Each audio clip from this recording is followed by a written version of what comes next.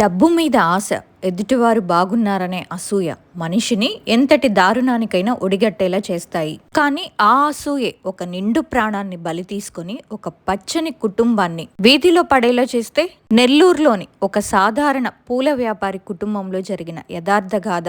ఆ అమ్మాయికి చిన్నప్పటి నుంచే కష్టాలు తోడయ్యాయి. సొంత ఇంట్లోనే చిత్రహింసలు. తనని తాను కాపాడుకోవడానికి, తన బిడ్డను ఆ దయ్యం నుంచి రక్షించుకోవడానికి ఇది కేవలం ఒక ఇన్సిడెంట్ మాత్రమే కాదు, ఒక కన్న తల్లి తన బిడ్డ కోసం చేసిన పోరాటం. ఈ రోజు వీడియోలో మన సబ్స్క్రైబర్స్ ఇద్దరు తమ లైఫ్ లో ఎదుర్కొన్న అత్యంత భయంకరమైన అనుభవాలను మనతో షేర్ చేసుకున్నారు. ఒక ఇన్సిడెంట్ ఇదైతే, ఇంకొకటి వచ్చి జనరల్ గా పిల్లలు స్కూల్ కి వెళ్ళాలంటే మారం చేయడం కామన్. కానీ ఆ చిన్నారి మాత్రం నేను చచ్చినా స్కూల్ కి వెళ్ళనని ఒకటే ఏడుస్తుంది. దానికి కారణం చదువు మీద ఇష్టం లేక కాదు, స్కూల్ కి వెళ్లే దారిలో తను ఎదుర్కొన్న ఒక భయంకరమైన అనుభవమే. ఇంతకీ ఆ స్కూల్లో ఏం జరిగింది, తనని ఎవరు వెంటాడుతున్నారు, ఇవన్నీ తెలుసుకోవాలంటే మరి కథలోకి వెళ్ళిపోదాం. దానికంటే ముందు మీ అందరికీ చెప్పేది ఏంటంటే, మీ చిట్టి చిట్టి వేళ్లతో ఈ వీడియోకి ఒక లైక్ ఇచ్చి ఈ 2 ఇన్సిడెంట్స్ పూర్తిగా విన్న తర్వాత మీకేమనిపించిందో మీ అపురూపమైన అభిప్రాయాల్ని నాతో షేర్ చేసుకోవడం మాత్రం మర్చిపోకండి.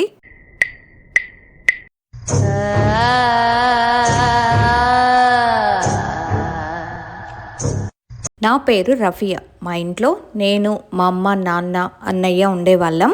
మా అక్కకు పెళ్ళయింది. తను ఏఎస్పేటలో ఉండేది. మాది కూడా ఏఎస్పేటే. మా నాన్న పూల వ్యాపారం చేస్తారు. అందువల్ల మేము నెల్లూరుకు వచ్చాము. నెల్లూరుకు వచ్చిన తర్వాత మా నాన్నకు బాగా కలిసి వచ్చింది, బాగా సంపాదించారు. ఆ తర్వాత ఏమైందో మా అమ్మకి, నాన్నకి చిన్న చిన్న గొడవలు జరిగి ప్రతిరోజు ఆ గొడవలతో సతమతం అయ్యే వాళ్ళం. ఆ తర్వాత మా అక్కకి ఒక పాప పుట్టింది. ఇంకా తనకి బంగారం వేయాలా, వెండి వేయాలా అని ఒక చిన్న గొడవ, దాని మీద గొడవ జరిగి మా అమ్మ ఒంటి మీద కిరోసిన్ పోసుకొని చనిపోయింది.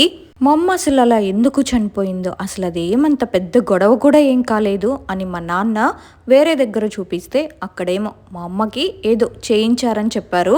అసలు అది ఏంటి అని తెలుసుకోవడం కోసం మా నాన్న చాలా చోట్ల తిరిగాడు.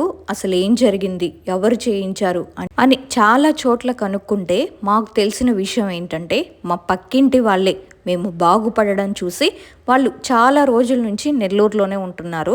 వాళ్ళు సంపాదించుకోలేకపోయారని, మా నాన్న బాగా సంపాదిస్తున్నాడని, పూల వ్యాపారం చేస్తున్నాడని, అది బాగా జరుగుతుందని, వీళ్ళు బాగున్నారు, వీళ్ళలా ఉండకూడదు అని మా అమ్మ, మా నాన్న గొడవ పడి ఇద్దరూ చనిపోతే మేము ఎవ్వరూ లేకుండా అనాథలుగా అయిపోవాలని అలా చేయించారంట. అలా ఫ్యామిలీ మొత్తానికి చేయించారు. కానీ మా అమ్మ మీదే అది జరిగింది. ఒక చిన్న గొడవకే మా అమ్మ అలా చనిపోయింది. తను చనిపోయిన తర్వాత మా నాన్న చాలా చోట్ల తిరిగి ఇంకా మా ఫ్యామిలీకి ఏం కాకుండా బాగు చేయించారు.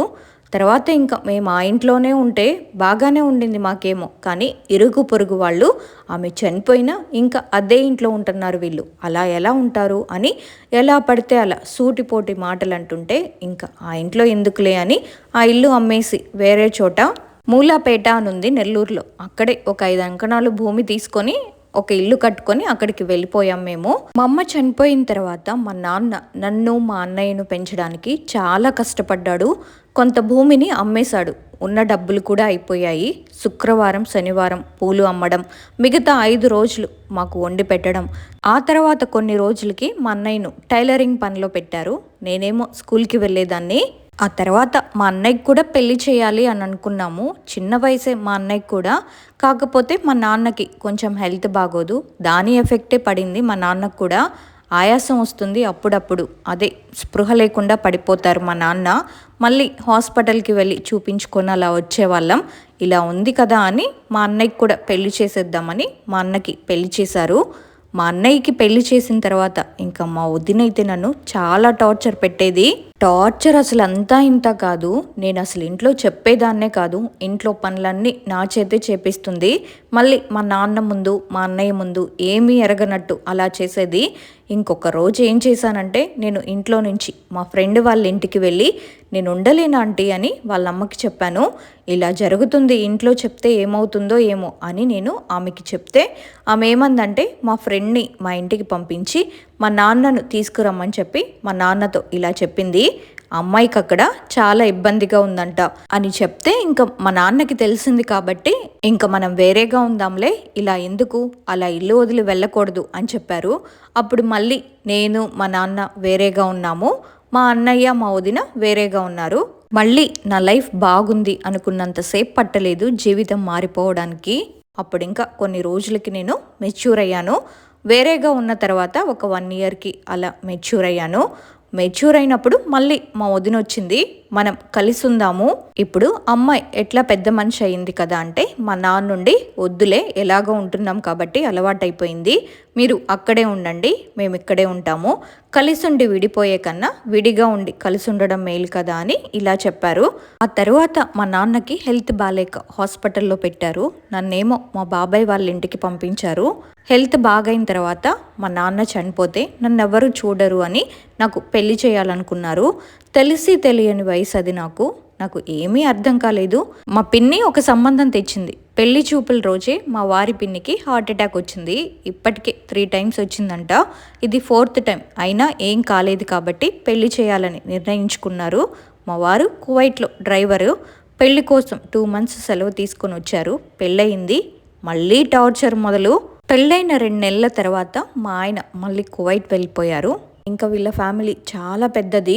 మా అత్తకి 3 కొడుకులు, 2 ఆడపిల్లలు, మొత్తం 5. మా 2 ఆడబిడ్డలకి పెళ్ళైపోయింది. వాళ్ళ హస్బెండ్స్, పిల్లలు, మిగిలిన 2 కొడుకులు, మేము. ఇంకా పెద్ద ఫ్యామిలీ కాబట్టి వీళ్ళందరికీ వంట నేనే చేయాలి. ఇంకా చాలా ఇబ్బందిగానే ఉండేది. అన్నీ చిన్నప్పటి నుంచి కష్టాలే. మా ఇంట్లో మొత్తం 10 మంది, అందరికీ నేను ఒక్కదాన్నే వంట చేసి పెట్టడం, ఇంట్లో అన్ని పనులు నేనే చేయాలి. నన్ను ఎక్కడికి బయటికి కూడా పంపిరు. అలాగే 3 సంవత్సరాలు అయిపోయాయి. అయితే మా నాన్న నా దగ్గరే ఉండేవాడు. మా ఆయన వచ్చాడు, మా మరిదికి పెళ్లి చేశాడు, తోడికోడలు వచ్చింది. కొంత పని తగ్గిందిలే, బాధని పంచుకోవడానికి ఒక మనిషి దొరికిందిలే అనుకున్నాను. నాకు పెళ్ళై ఒక 5 years వరకు పిల్లలు లేరు. మా మరిదికి పెళ్లి చేసేంత వరకు కూడా నాకు పిల్లలు లేరు. ఎందుకంటే మా ఆయన 2 సంవత్సరాలకు ఒకసారి ఇండియాకు వచ్చేవాళ్ళు, అప్పుడే ఇంటికి వస్తారు. ఇంకా ఆ తర్వాత మా అత్త వాళ్ళు మొత్తం 5 అక్క చెల్లెళ్ళు. అందులో ఒకరు కలవాయిలో ఉంటారు. వాళ్ళ కూతురికి పాప పుడితే మేము చూసొద్దామని వెళ్ళాము. అక్కడికి వెళ్ళొచ్చేటప్పుడు ఏంటంటే పెన్సిల్ కొన రూట్ ఉంటుంది అక్కడ. ఆ రూట్ దగ్గర ఒక శవాన్ని కాలుస్తున్నారు. మేము వెళ్ళేటప్పటికే అది లేచిందనమాట శవం. అది చూసి వాళ్ళందరికీ, ఆటోలో ఉన్న వాళ్ళందరికీ అలవాటే, వాళ్ళకేమంత ఎఫెక్ట్ కాలేదు. ఆ పైకి లేచిన శవాన్ని కర్రలతో కొట్టేటప్పటికి అది చూసేసరికి నాకు అలవాట్లేదు కదా, భయం వేసేసింది. నేను అలా భయపడ్డంతో అది నా వెనకాలే వచ్చేసింది. ఇంటికి వచ్చిన తర్వాత ఇంకా నాకు జ్వరం రావడం, అది మామూలు జ్వరం కూడా కాదు, చలితో కూడిన జ్వరం రావడం, అది తగ్గకపోవడం అలా జరుగుతూ ఉండేసరికి ఇంకా నెల్లూరులో చూపించారు, ఆత్మకూరులో చూపించారు, ఉదయగిరిలో చూపించారు. ఎక్కడ చూపించినా తగ్గట్లేదు. ఇంకా మా నాన్న నుండి వేరే దగ్గర ఒక దగ్గర తాయెత్తు తీసుకొని వచ్చారు. తాయెత్తు తీసుకొస్తే జ్వరం కొంచెం తగ్గింది. కానీ అమావాస్య వచ్చినా, పౌర్ణమి వచ్చినా కొంచెం హెల్త్ బాగోలేకపోవడం, కళ్ళు లోపలికి పీక్కుపోవడం, అసలు మనిషి అయితే చాలా సన్నగా అయిపోయాను. ఇంకా మా నాన్న చాలా చోట్ల తిరుగున్నాడు కాబట్టి పేరు బలం మీద చూపించాడు. అప్పుడు వాళ్ళు ఏం చెప్పారంటే, ఈ అమ్మాయి వెనకాలే ఏదో వచ్చేసింది, దాని ఎఫెక్ట్ వల్లే ఇలా హెల్త్ చెడిపోతుంది అని చెప్పారు. ఇంకా ఏం చేయాలి అని చెప్తే విరుగుడు ఎవ్వరు కూడా కరెక్ట్గా చేయరు, డబ్బులు తినేసి ఇంకా అలా చేసేస్తారు అని చెప్పారు. ఇంకా ఎలాగనంటే మా నానమ్మ వాళ్ళ ఊరు ఏఎస్పేటే, మేము ఉండేది ఉదయగిరి. ఏఎస్పేటలో తీసుకెళ్ళి చూపించండి, ఆ దర్గాలో ఒకరోజు నిద్ర చేస్తే దీనికి పరిహారం కలలో చూపిస్తారేమో, ఆ తర్వాత మీకే తెలుస్తుంది ఏం చేయాలి, ఎలా చేయాలి అని చెప్పారు. ఇంకా మా అత్త వాళ్ళకి చెప్తే మా అత్త వాళ్ళు కూడా సరే అని అందరం కలిసి ఏఎస్పేటకి వెళ్ళాము. వెళ్ళేటప్పుడు అయితే అసలు ఏమో అన్నం చేసుకున్నాను, కూర చేసుకున్నాను, దర్గాకి వెళ్దామని. ఇంకా వెళ్ళేదారిలో అంతా నేను దర్గాకి రాను, నేను దూకేస్తాను, నన్ను అక్కడికి తీసుకెళ్ళకండి అంటే ఏఎస్పేటలో మా బంధువులు ఉన్నారు కదా, వాళ్ళ ఇంట్లో నన్ను వదిలేయండి, మీరు దర్గా దగ్గరికి వెళ్ళిరండి, నేను రాను అని వాళ్ళతో చాలా గొడవ చేశానంట. వాళ్ళేమో నా చేతులు కాళ్ళు కట్టేసి మరీ అక్కడికి తీసుకెళ్లారు. అయినా కూడా దూకేశానంట ఆటోలో నుంచి.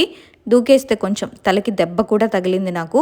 మళ్ళీ అక్కడే హాస్పిటల్లో చూపించి ఎలాగైనా 4 పట్టుకొని దర్గాకి తీసుకెళ్తే అక్కడ ఆ ఆత్మ నా ఒంట్లోకి వచ్చి ఇలా చెప్పిందంట, తను బాగుంది, నాకు నచ్చింది, నేను కూడా తనతో ఇలాగే ఉంటాను, తనకి పిల్లలు కూడా లేరు కదా, అది కూడా నా వల్లే అని అలా చెప్పిందంట. ఆ దర్గాలోకి వెళ్ళిన తర్వాత ఇంకా ఒక తాయెత్తు వేపించి అక్కడే సాయంత్రం అదే రాత్రిపూట నిద్రపోతే అప్పుడు కలలో నాకేం కనిపించిందంటే ఇక్కడే ఒక 40 రోజులు ఉండండి అని చూపించారు. అక్కడ నిద్ర చేస్తే మనకి కల వస్తుంది, దేవుడి కలలోకి వచ్చి అలా చూపించారనమాట. 40 రోజులు అక్కడే ఉండమని. సరే అని ఇంకా అక్కడే ఉండిపోకుండా మా అక్క అక్కడే ఉంటుంది కదా ఏఎస్పేట్లో, మా అక్క వాళ్ళ ఇంటికి వెళ్ళిపోయాము నేను మా నాన్న. మా అక్కకి 2 ఇల్లులు ఉన్నాయి కాబట్టి ఒక హౌస్లో నేను మా నాన్న, ఇంకొక హౌస్లో మా అక్క వాళ్ళు ఉంటున్నారు.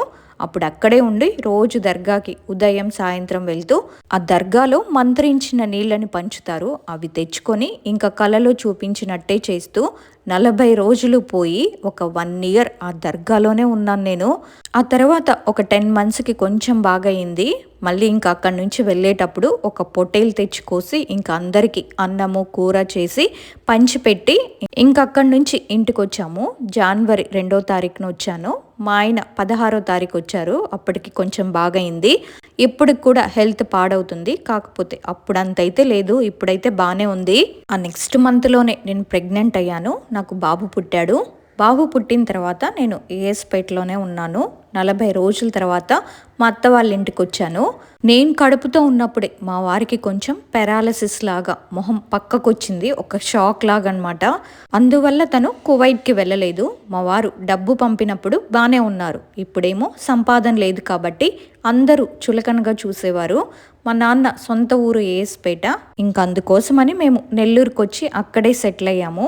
నేను డెలివరీకి కూడా వెళ్ళింది మా అక్క దగ్గరికే. నాకు మళ్ళీ పాప పుట్టింది. ఇంకా మా అత్త వాళ్ళు మమ్మల్ని చాలా చులకనగా చూసేవాళ్ళు. ఒకరోజు మమ్మల్ని వాళ్ళు వేరేగా వెళ్ళమన్నారు. సరే అని మేము వేరేగా వంట చేసుకుంటున్నాము. ఆ తర్వాత 3 సంవత్సరాలు నేను చాలా బాధలు పడ్డాను. మా నాన్న అప్పుడప్పుడు నాకు కొంచెం హెల్ప్ చేసేవాడు. మా అబ్బాయికి 3వ సంవత్సరం ఉన్నప్పుడు మా నాన్నగారు కూడా చనిపోయారు, హార్ట్ అటాక్ వచ్చింది.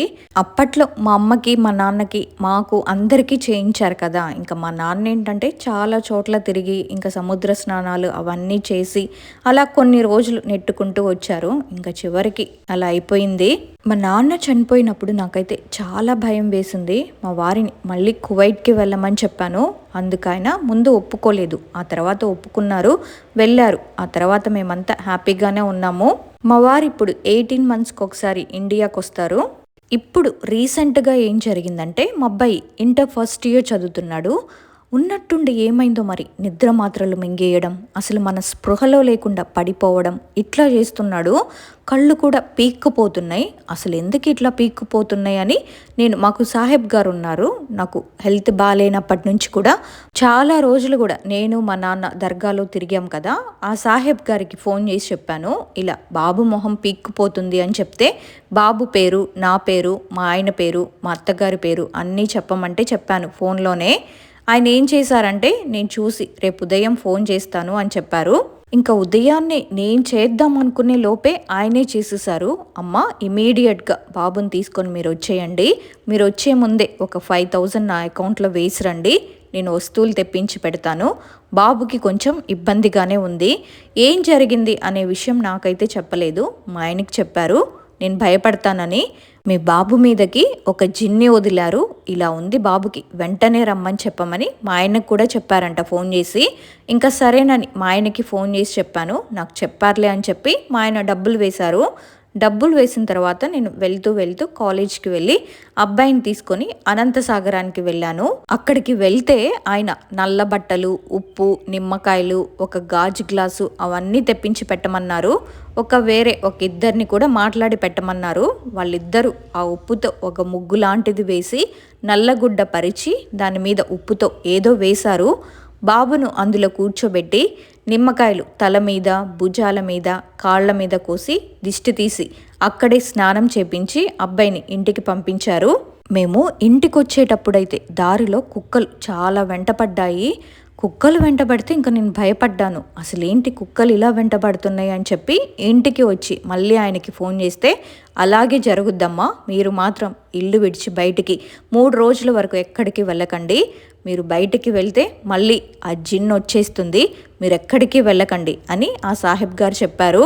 ఇంకా సరే అని మేము 3 రోజులు ఇంట్లో నుంచి బయటికి ఎక్కడికి వెళ్ళలేదు. ఇది జరిగింది లాస్ట్ ఇయర్ దసరా అప్పుడు. ఇంకా 3 రోజులు అయిపోయింది. ఆ తర్వాత మళ్ళీ మామూలుగానే మా అబ్బాయి కాలేజ్కి వెళ్తున్నాడు.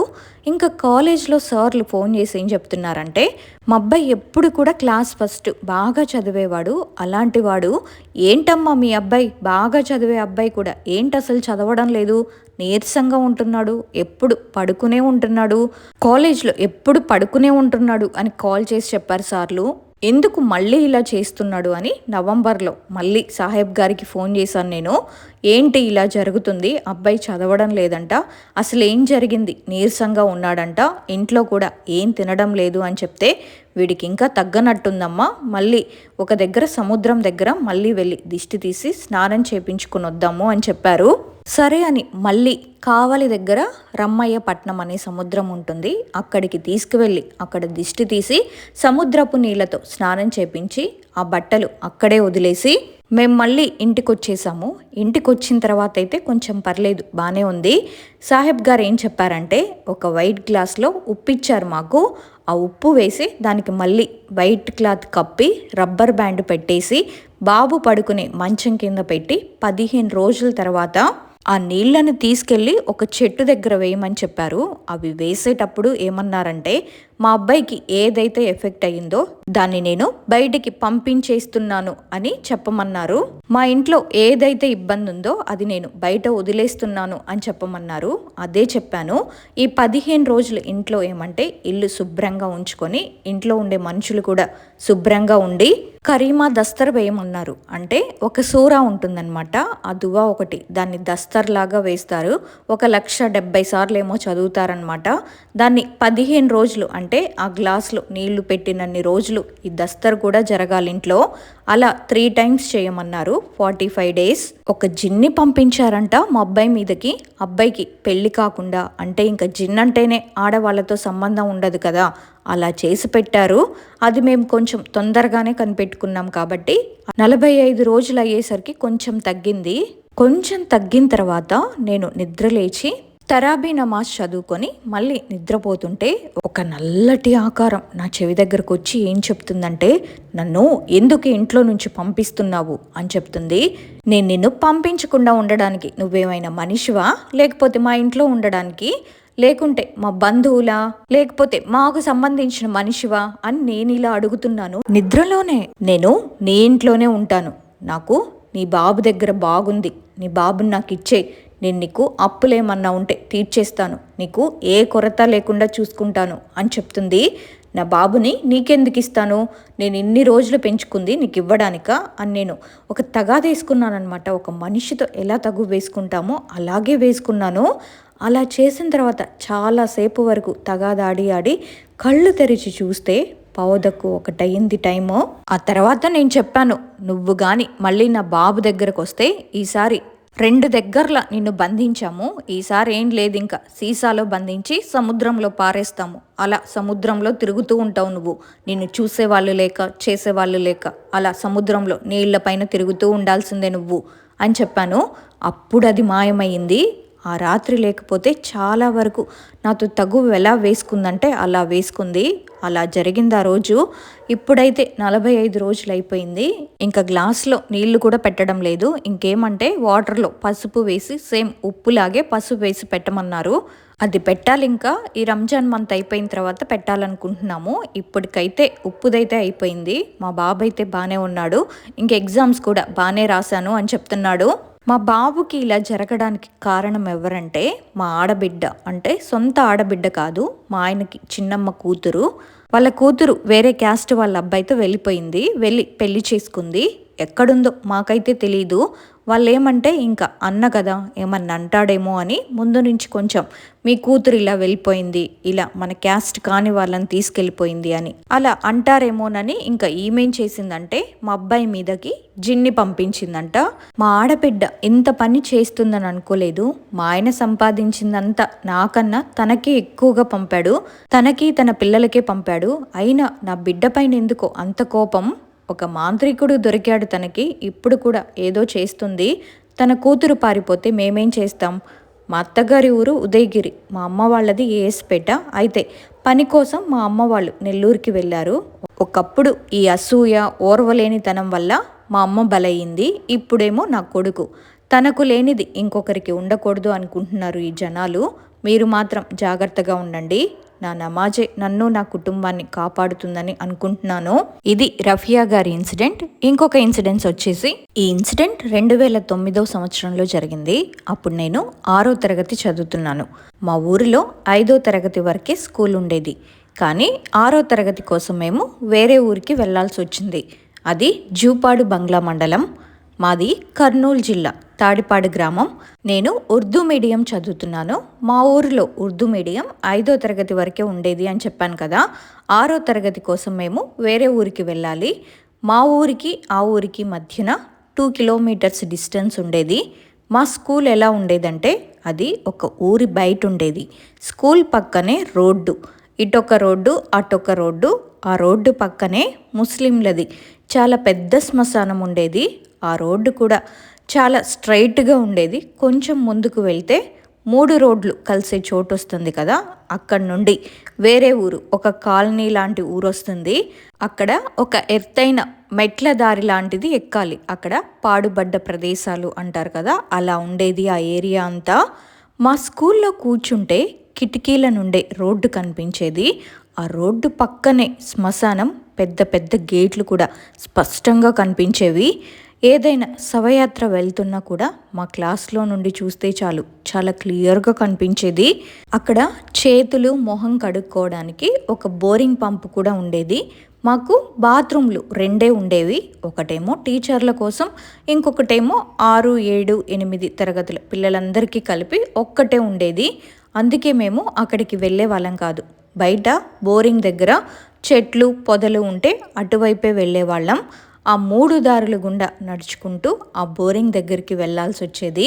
నాకేంటంటే చిన్నప్పటి నుంచి జడ నిండా పూలు పెట్టుకోవడం అంటే చాలా ఇష్టం. మా ఇంటి దగ్గర పెద్ద తెల్ల చామంతి పూల చెట్లు ఉండేది. రోజు పూలు పెట్టుకొని blue and white school dress వేసుకొని వెళ్ళేదాన్ని. ఆ రోజు కూడా అలాగే పూలు పెట్టుకొని వెళ్ళాను. మాకు 11ంటికి బ్రేక్ ఉంటుంది. ఆ సమయంలో నేను నా స్నేహితులు కలిసి బాత్రూమ్ వైపు వెళ్ళాము. ఆ చిన్న ఎత్తు ప్రదేశం ఎక్కి మామూలుగా క్యాజువల్గా అటు ఇటు చూస్తూ వెళ్ళాం. ఆ బోరింగ్ దగ్గరే నీళ్లు పట్టుకొని బాటిల్స్ నింపుకున్నాం. ఎందుకంటే మాది ఉర్దూ మీడియం కాబట్టి ముస్లిం టీచర్లు ఉండేవారు. స్కూల్లోనే జొహర్ నమాజ్ చేయించేవారు. అంటే మధ్యాహ్నం పూట చదివే నమాజ్ అనమాట. అందుకే నీళ్లు పట్టుకొని బాత్రూమ్కి వెళ్ళి తిరిగి వచ్చాం. ఆ రోజు ఏమైందో కానీ మరుసటి రోజు నుంచే నేను స్కూల్కి వెళ్ళను అని మొండికేశాను. నేను స్కూల్కి వెళ్ళనంటే అస్సలు వెళ్ళను అని చెప్పేదాన్ని. ఒకరోజు చూశారు, 2 రోజులు చూశారు. ఎందుకు వెళ్ళవు, ఏమైంది అని అడిగితే, నాకు అక్కడికి వెళ్ళాలంటే భయంగా ఉంది, అక్కడ శ్మశానం ఉంది, నాకు చాలా భయం వేస్తుంది అని చెప్పాను. ఆ తర్వాత స్కూల్కి వెళ్ళాను. అప్పట్లో రోజు 2 కిలోమీటర్లు నడిచి వెళ్ళే వాళ్ళం. తర్వాత ఆటో మాట్లాడుకొని వెళ్ళడం మొదలుపెట్టాం. ఒకరోజు స్కూల్కి వెళ్ళాను కానీ మధ్యాహ్నమే టీచర్ని అడిగి ఇంటికి వచ్చేసాను. అక్కడ ఎందుకో నాకు స్కూల్లో ఉండాలనిపించేది కాదు. ప్రాణం ఏదోలా అయిపోయేది. ఎందుకలా అయ్యేదో నాకే అర్థమయ్యేది కాదు. అందుకే మధ్యాహ్నమే ఇంటికి వచ్చేసాను. ఇంటికి వచ్చాక ఎందుకు వచ్చావు అని అడిగితే, నాకు అక్కడ ఉండాలనిపించడం లేదు, బాగా భయం వేస్తుంది అని చెప్పాను. సరేలే అని ఆ రోజు వదిలేశారు. నేను మా చెల్లి మేమిద్దరమే పిల్లలము. మా నాన్న, నానమ్మ, మా అమ్మ ఉండేవారు. మా బాబాయ్ ఉండేవారు. ఆయన లవ్ ఫెయిల్యూర్ అయి చనిపోయారు. ఆయనతో ఏంటంటే నాకు ఒక మంచి బాండింగే ఉండేది. అప్పుడప్పుడే నేను ఆయన్ని మర్చిపోతున్నాను. ఇంకప్పుడు ఏమైందంటే, నేను స్కూల్కి వెళ్తాను అని చెప్పేదాన్ని. సరిగ్గా 8:30, 9 గంటలకల్లా స్కూల్లో ఉండాలి కదా. ఆ టైంలో అసలు నాకేం అర్థమయ్యేది కాదు. నేను రెడీ అయ్యేదాన్ని, మా అమ్మ నాకు బట్టలు వేసేది, నేను తలలో పూలు పెట్టుకొని మామూలుగానే స్కూల్కి వెళ్తాను అని చెప్పేదాన్ని. మళ్ళీ స్కూల్ టైం అవ్వగానే నేను వెళ్ళను అని మొండికేసేదాన్ని. మా నాన్నేమో 2 కిలోమీటర్లు నడిచి వెళ్ళాలి కదా, అందుకే స్కూల్కి వెళ్ళను అని మొండికేస్తుందేమో, నేను వెళ్ళి స్కూల్లో దింపేసి వస్తానులే అని ఆయన అలా చెప్తే, అయినా కూడా నేను వెళ్ళనంటే వెళ్ళను అని మొండికేసేదాన్ని. నువ్వు అసలు ఎందుకు ఇలా చేస్తున్నావు అని మా నాన్న అడిగేవారు. నేను దింపొస్తాను పదా అని చెప్పి ఆయన నన్ను కరెక్ట్ టైంకి స్కూల్ దగ్గర దింపేవారు. కానీ నేను వెళ్ళను అని మొండికేసేదాన్ని, ఏడుస్తూనే ఉండేదాన్ని. అలా ఒక రోజు గడిచిపోయింది. ఆ మరుసటి రోజు కూడా అంతే. మా నాన్న ఏంటంటే పొలాల దగ్గర మోటార్ మెకానిక్గా పనిచేసేవారు. అప్పుడు సీజన్ వచ్చినప్పుడు ఆ పొలాల వైపు నీళ్లు పెట్టడానికి పనులు కూడా ఎక్కువగానే ఉండేవి. ఆ టైంలోనే నేను ఆయన్ని బాగా విసిగించేదాన్ని. వెళ్తాను అని రెడీ అయ్యేదాన్ని. కానీ మా నాన్న ఇంటికి రాగానే నేను స్కూల్కి వెళ్ళను అని చెప్పేదాన్ని.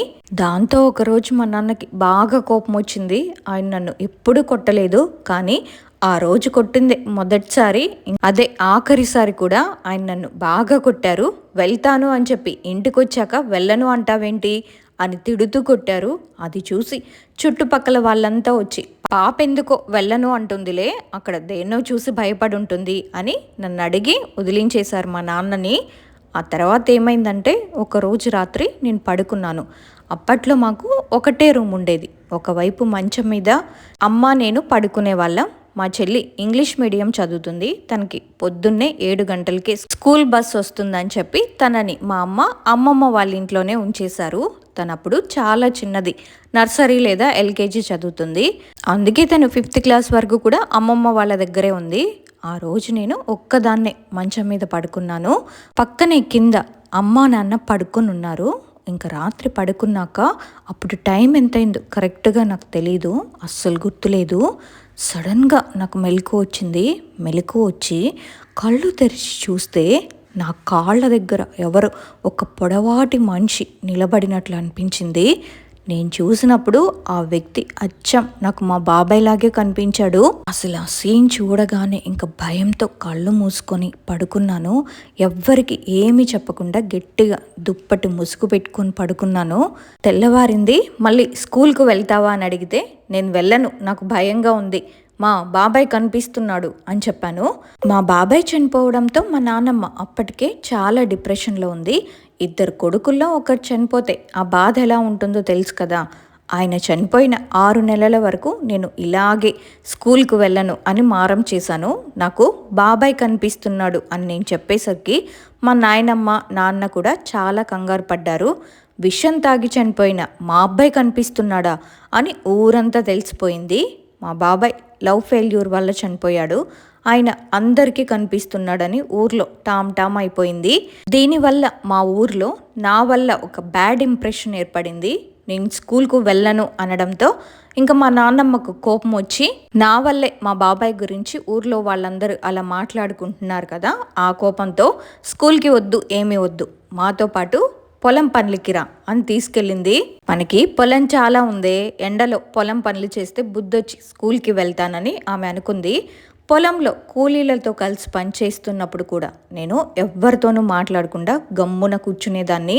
దీనికి చనిపోయిన నా కొడుకు కనిపిస్తున్నాడంట అని మా నాన్నమ్మ అందరికీ చెప్పేది. మీ బాబాయ్ కనిపిస్తున్నాడా, ఎలా కనిపిస్తున్నాడు అని అందరూ అడిగేవాళ్ళు. కానీ నాకు మాత్రం స్కూల్కి వెళ్ళాలంటే లోపల ఏదో భయంగా, అసలు వెళ్ళాలనిపించేదే కాదు. పక్క ఊరికి స్కూల్కి వెళ్ళడం ఇష్టం లేకపోయేసరికి నేను మా ఊర్లో ఉన్న మళ్ళీ 5వ తరగతి వరకు చదువుకున్న టీచర్ల దగ్గరికి వెళ్ళాను. పాప ఇంట్లో ఖాళీగా ఉండడం ఎందుకు, మళ్ళీ ఇక్కడే 5వ తరగతి చదివించండి అని వాళ్ళు చెప్పారు. అలా అక్టోబర్ నవంబర్ సమయంలో మళ్ళీ 5th క్లాస్లోనే చేరాను. అప్పుడు కూడా మా నాన్న బలవంతంగా స్కూల్ దగ్గర దింపి వెళ్తే నేనేం చేసేదాన్నంటే, మా నాన్న దగ్గర పని నేర్చుకునే ఒక అబ్బాయి ఆ బంగ్లాలో ఉండేవాడు. ఆ అబ్బాయికి అప్పుడే పెళ్ళయింది. నాన్న నన్ను స్కూల్ దగ్గర దింపి వెళ్ళగానే నేను తిరిగి వచ్చి వాళ్ళ భార్య దగ్గరే కూర్చునేదాన్ని. సాయంత్రం దాకా అక్కడే ఉండి స్కూల్ అయిపోయే టైంకి మళ్ళీ మామూలుగా ఇంటికి వచ్చేసేదాన్ని. ఇలా ఒక వారం రోజులు చేశాను. ఒకరోజు మా నాన్నకి అనుమానం వచ్చి స్కూల్కి వచ్చి చూశారు. నేనేమో వాళ్ళ ఇంట్లో వాళ్ళ ఆవిడతో కలిసి పారాకట్ట ఆడుతుండగా నాన్న చూసేశారు. నన్ను చూడగానే నేను బ్యాగ్ తగిలించుకొని ఇంకా అదే పరుగు ఇంటికి వెళ్ళాక నాన్న నన్ను బాగా కొట్టారు. ఆ తర్వాత పాప ఎందుకో ఇలా చేస్తుంది అని మా నాన్నమ్మ ఒక నిర్ణయానికి వచ్చింది. మా ఇంటి దగ్గరే ఒక ఆవిడ ఉండేవారు. ఆమె తాయెత్తులు కట్టేది. మా నాన్నమ్మ నన్ను ఆమె దగ్గరికి తీసుకువెళ్ళింది. అక్కడ కూర్చున్న తర్వాత ఆవిడ వచ్చింది. మా పాప స్కూల్కి వెళ్ళమంటే భయపడుతుంది, ఎవరో కనిపిస్తున్నారని చెప్తుంది, ఎవ్వరితోనూ మాట్లాడడం లేదు, ఎంత కొట్టినా ఏమీ చెప్పడం లేదు, మీరు అంజనం వేసి ఏమైందో చూడండి అని అడిగారు. అప్పుడు ఆమె ఏదో పూజ లాంటిది చేసి ఒక పచ్చి నిమ్మకాయ ఇచ్చి ఇది తిను అని చెప్పింది. ఆ పచ్చి నిమ్మకాయని నేను ఎట్లా తింటున్నానంటే అదేదో మామూలుగా చాక్లెట్లు బిస్కెట్లు ఎలా తింటామో అలాగే తింటున్నానంట. అసలు ఎంత వగరుగా పుల్లగా ఉంటుంది అది. కానీ మొత్తం తినేసాను. తిన్న తర్వాత అక్కడున్న వాళ్ళందరూ ఆశ్చర్యపోయారు. అది చూసి మీరు అమావాస్య రోజు ఏం చేస్తారంటే మినపగారెలు వండి ఎన్ని వండాలంటే ఒక 20 ఒక హారంలాగా కట్టి ఎరుపు పసుపు దారంతో ఒక హారంలా కట్టి ఎరుపు పసుపు నీళ్లతో అమ్మాయి పైనుంచి మొత్తం దిష్టి తీసి 3 దారులు కలిసిన చోట నిమ్మకాయలతో దిష్టి తీసి అక్కడ పడేసి వెనక్కి తిరిగి చూడకుండా వచ్చేయండి అని చెప్పి ఆ తర్వాత నాకు ఒక తాయెత్తుని కూడా కట్టారు. అయినా సరే అంత చేసినా కూడా నేను స్కూల్కి వెళ్ళనంటే వెళ్ళనని మొండికేశాను. అప్పుడు 5th క్లాస్ లాస్ట్ అది. ఇంకా నన్ను మా అమ్మమ్మ వాళ్ళ ఇంట్లో ఉంచారు. మా అమ్మమ్మ వాళ్ళ ఇంటి దగ్గర నుంచి నేను స్కూల్కి డైలీ వెళ్ళేదాన్ని. అక్కడేమో నేను నార్మల్గానే ఉన్నాను. ఇంకా మా అమ్మమ్మకి ఇలా జరుగుతుందని అంతా చెప్తే, ఎందుకు ఇలా చేస్తుంది అమ్మాయి, మా దగ్గర అయితే మంచిగానే ఉంటుంది కదా, మీ దగ్గరే ఎందుకు ఇలా చేస్తుంది, ఒకవేళ వాళ్ళ బాబాయ్కి పిల్లల మీద ఇష్టంతో కనిపిస్తున్నాడా ఏంటి అని మా అమ్మకి చెప్పింది. మా అమ్మ ఏమందంటే లేదులేమా అలా ఏముండదు అని. అయినా అమ్మాయిని అలా వదిలేయలేం కదా అని చెప్పి మా నాయనమ్మ ఒకరికి ఫోన్ చేసి ఆయన తాయెత్తులు కడతాడు అని పిలిపించింది. ఆయన దగ్గరికి నేను మా అమ్మ మా నాయనమ్మ వెళ్ళాము. ఆయన దగ్గరికి వెళ్ళేటప్పుడు నాకు అస్సలు వెళ్ళాలనిపించలేదు. నేను రాను అని అంటున్నాను. ఎందుకు రావు అని నన్ను బలవంతంగా లాక్కెళ్ళి ఆయన దగ్గర కూర్చోబెట్టారు. తాయెత్తేలే కట్టించుకొని వద్దామంటే ఒకసారి కట్టించారు కదా అంటున్నానంట. ఆ తాయెత్తు పనిచేయడం లేదు, అందుకే ఇప్పుడు వేరే వాళ్ళ దగ్గరికి తీసుకెళ్తున్నాను అని చెప్పి అక్కడికి తీసుకెళ్లారు. వెళ్ళిన తర్వాత అక్కడ కూర్చున్నాము. నేను అప్పుడు లంగా బోని వేసుకొని ఉన్నాను. అక్కడ కూర్చుంటే ఏమైందంటే ఈ అమ్మాయి స్కూల్ దగ్గర ఏదో దాటిందని, అందుకే అమ్మాయికి ఇలా అవుతుందని చెప్పారు. చనిపోయిన తన బాబాయ్ రూపంలో అది కనిపిస్తుందని, తనని అది బాగా సతాయిస్తుందని, అందుకే స్కూల్కి వెళ్ళనివ్వడం లేదు, ఎవ్వరితోనూ మాట్లాడనివ్వడం లేదు, లోపలే తనని తినేస్తుంది అని చెప్పారు. శ్మశానం దగ్గర 11:30 తను వెళ్ళినప్పుడు ఈ అమ్మాయికి ఇలా అంటుకుంది అని చెప్పారు. ఆ తాయెత్తులు కట్టే ఆయన ఏమన్నారంటే నువ్వు కొంచెం డ్రెస్ పైకెత్తమ్మా అని చెప్పి వెనకాల వీపు మీద అగరబత్తులు వెలిగించి అంటించారు. అలా 3 చోట్ల అంటించినప్పుడు చిట్టుపట అనే శబ్దం వస్తుంది కదా, దానికి నాకు చాలా భయం అనిపించింది. నేను గట్టిగా అరిచాను. అప్పుడేమో ఆయన ఏం కాదులే అని చెప్పి నిమ్మకాయలు తాయెత్తు ఇచ్చారు. ఎర్రటి నీళ్ళు దిష్టి తీసి ఇవన్నీ చేస్తే తగ్గిపోతుంది అని చెప్పారు. ఆ తర్వాత నేను కొన్ని రోజులు మా అమ్మమ్మ వాళ్ళ ఇంటి దగ్గరుండి ఆ తర్వాత ఇంటికి వచ్చేసాను. అప్పటికీ ఏంటంటే నాది 6th క్లాస్ అయిపోయి 7th క్లాస్కి వెళ్ళాలి. మళ్ళీ 5వ తరగతే చదువుతూ ఉంటావా అని మా టీచర్ అడిగి అక్కడున్న టీచర్లకి నచ్చ చెప్పి ఈ అమ్మాయి ఇలా వెళ్ళాలి ఇలా చేయాలి అని చెప్పి ఇంకా 6th క్లాస్ లాస్ట్ ఎగ్జామ్స్ రాయించి 7వ తరగతిలో వేయమని అడిగారు. మా నాన్న టీచర్లతో కూడా మాట్లాడారు. నేను మా నాన్న మా 5th క్లాస్ టీచర్లు ముగ్గురం కలిసి ఆ స్కూల్కి వెళ్ళి ఇలా మాట్లాడొచ్చాము. దానికి టీచర్లు కూడా ఒప్పుకున్నారు. ఇంకా 6వ తరగతి లాస్ట్ ఎగ్జామ్స్ రాసేటప్పుడు బాత్రూమ్ కోసం బయటికి వెళ్ళేదాన్ని కాదు. మా చిన్నాన్న వాళ్ళ ఇల్లు దగ్గరలోనే ఉండేది, అక్కడికి వెళ్ళొచ్చేదాన్ని. టీచర్లు కూడా అర్థం చేసుకొని సరే అన్నారు. అక్కడే 7, 8 తరగతులు చదివాను. అప్పట్లో నాకు భయం అంటే ఏంటో కూడా తెలియదు. ఏదో గాలి అది ఇది అని అంటుండేవారు. నేను మాత్రం తల నిండా పూలు పెట్టుకొని హాయిగా స్కూల్కి వెళ్ళేదాన్ని. నాకు అప్పుడు తెలియలేదు. 2-3 సార్లు నిద్రలో నాకు ఎవరో మంచం దగ్గర నిలబడినట్టు అనిపించింది. అలా అనిపించేసరికి నాకు నిద్ర కూడా పట్టేది కాదు. మా అమ్మేమో నాన్న పక్కన పడుకోమని చెప్పేవారు. అప్పుడు నేను అరబిక్ నేర్చుకుంటున్నాను, నమాజ్ చదివేదాన్ని. ఈ ఇన్సిడెంట్ అయిపోయిన తర్వాత నేను ఖురాన్ చదవడం కూడా పూర్తయింది. ఈ ఇన్సిడెంట్ జరిగినప్పుడే మా నాన్న చేతిలో నేను చాలా దెబ్బలు తిన్నాను. స్కూల్కి వెళ్తానని చెప్పడం, ఇంకా కరెక్ట్ టైంలోనే వెళ్ళనని ఏదో ఒక గొడవ జరిగి మా నాన్న నన్ను కొట్టేవారు. అంతకు ముందు వరకు ఆయన నన్ను ఎప్పుడు కొట్టలేదు. ప్రెజెంట్ అయితే ఇప్పుడు నాకు పెళ్ళయింది, 2 పిల్లలున్నారు. మా చిన్నాన్న లవ్ ఫెయిల్యూర్ వల్ల చనిపోయారు. ఇప్పుడైతే నా జీవితం చాలా సంతోషంగా ఉంది. నేను ఇంటర్ వరకు చదివాను అదే స్కూల్లో, 8వ తరగతి వరకు. ఆ తర్వాత 10th ఉర్దూ మీడియం ఇంటర్ పూర్తి చేశాను. పెళ్ళయ్యాక ఇప్పుడు పిల్లలతో బిజీగా ఉన్నాను. అప్పట్లో మా ఊర్లో చాలా పుకార్లే పుట్టాయి. మా కుటుంబం దాన్ని తట్టుకోలేకపోయింది. గేటు దగ్గర ఎవరో కనిపిస్తున్నారని, మీ అమ్మాయిని మా ఇంటికి పంపించొద్దని చాలామంది అన్నారు. మా నాన్నమ్మ కూడా నా కొడుకు కనిపిస్తున్నాడా వీళ్ళకని చాలా బాధపడేది. ఆ విషయాలన్నీ గుర్తుకు వస్తే ఇప్పటికీ నాకు ఏడుపు వస్తుంది. ఎందుకంటే మా చిన్నాన్న 2009 సంవత్సరంలో చనిపోయారు. ఇప్పటికీ 17 ఏళ్ళు అవుతుంది. ఆయనే కనుక బతికుంటే బాగుండేదని నేను ఎప్పుడు అనుకుంటూనే ఉంటాను. కానీ ఆయన చనిపోయిన తర్వాత ఆయన ఎవ్వరికి కలలో కూడా కనిపించలేదు. ఆయన మనసుని చాలామంది నొప్పించారు. నా వల్ల కూడా ఆయన బాధపడి ఉంటాడు. అదే నాకు చాలా బాధగా అనిపిస్తుంది. ఇప్పుడు మా నాన్నమ్మ అయితే నా పిల్లల్ని చూసి తన కొడుకును చూసుకున్నట్టు ఫీల్ అవుతుంది. సో అదండి, విన్నారు కదా ఈ 2 ఇన్సిడెంట్స్. చిన్నప్పటి నుంచి అన్ని కష్టాలే. పోనీ పెళ్ళైన తర్వాత సంతోషంగా ఉన్నారంటే అది లేదు. తనని ఒక ఆత్మ పట్టుకుంది. పోనీ అది వెళ్ళిపోయిన తర్వాత ఏమైనా ప్రశాంతంగా ఉన్నారంటే వాళ్ళ అబ్బాయి మీదకి జిన్ని వదిలారు. ఒకటి పోతే ఇంకొకటి కష్టాలు వస్తూనే ఉన్నాయి తన లైఫ్లో. అయినా సరే ధైర్యంగా తన బిడ్డను కాపాడుకోవడం కోసం తల్లిగా తన బాధ్యతను నెరవేర్చారు. మన కంటికి కనిపించని కొన్ని శక్తులు ఉన్నాయో లేదో మనకు తెలియదు, కానీ కొన్ని అనుభవాలు మాత్రం మనల్ని జీవితాంతం వెంటాడుతూనే ఉంటాయి. సో ఈ 2 ఇన్సిడెంట్స్ విన్న తర్వాత మీకేమనిపించిందో తప్పకుండా మీ అభిప్రాయాన్ని కామెంట్ సెక్షన్లో నాతో షేర్ చేసుకోండి. మరి మీ లైఫ్లో కూడా ఇలాంటి రియల్ హారర్ ఇన్సిడెంట్స్ ఉన్నాయా? అవి మాతో షేర్ చేసుకోవాలనుకుంటే నాకు ఇన్స్టాలో మెసేజ్ కానీ లేకపోతే మెయిల్ కానీ పంపించండి. మరో భయంకరమైన రియల్ హారర్ ఇన్సిడెంట్తో మళ్ళీ కలుద్దాం. అంతవరకు జాగ్రత్త. Bye bye.